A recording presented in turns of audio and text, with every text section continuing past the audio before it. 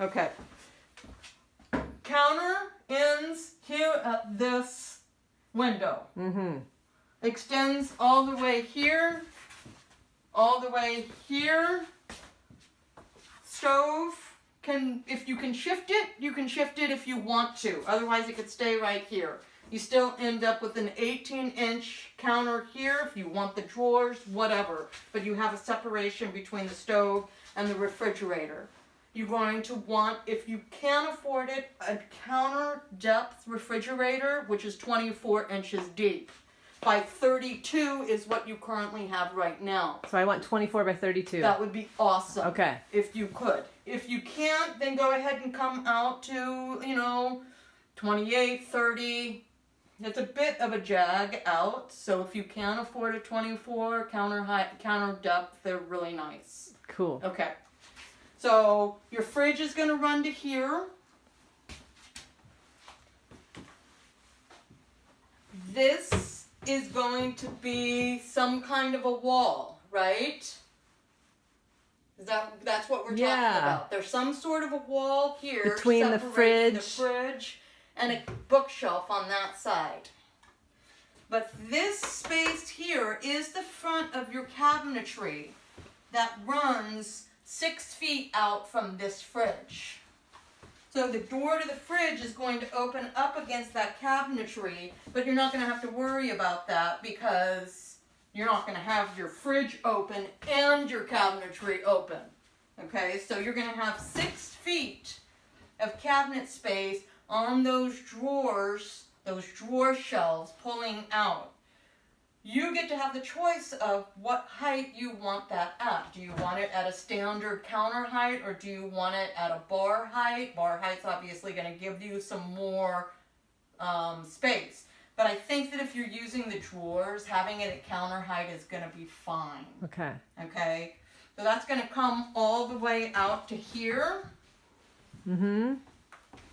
The cabinetry is going to be 24 inches deep. Mm-hmm. And then you're going to have 12-inch overhang Mm-hmm. for your seating. Okay? Yeah. This bookshelf on this side will be whatever the depth of the fridge ends up being. So if you get a 24 off of that wall, then that bookshelf will be 24 wide on that wall. Does that make sense? Yeah. Okay. And then because you can't access that whole corner over there, you could put a cabinet under here for storage. Holiday storage or whatever. And then you'll just need to look and see, does it make sense to carry that 12-inch countertop space over to the wall here underneath the bookshelf? Or it has to do with, is the TV going to be here or are you going to keep it over there? Okay. Okay, so you should have enough space for at least 3 bar stools along that 6-foot length. Mm-hmm. You may even want to go ahead and, if we have a post here for support, to also include this electrical wiring for all of the switching there in the post. And then round this. If you round this, then you've got enough space for one or two more seatings. Okay, not having to run into anything.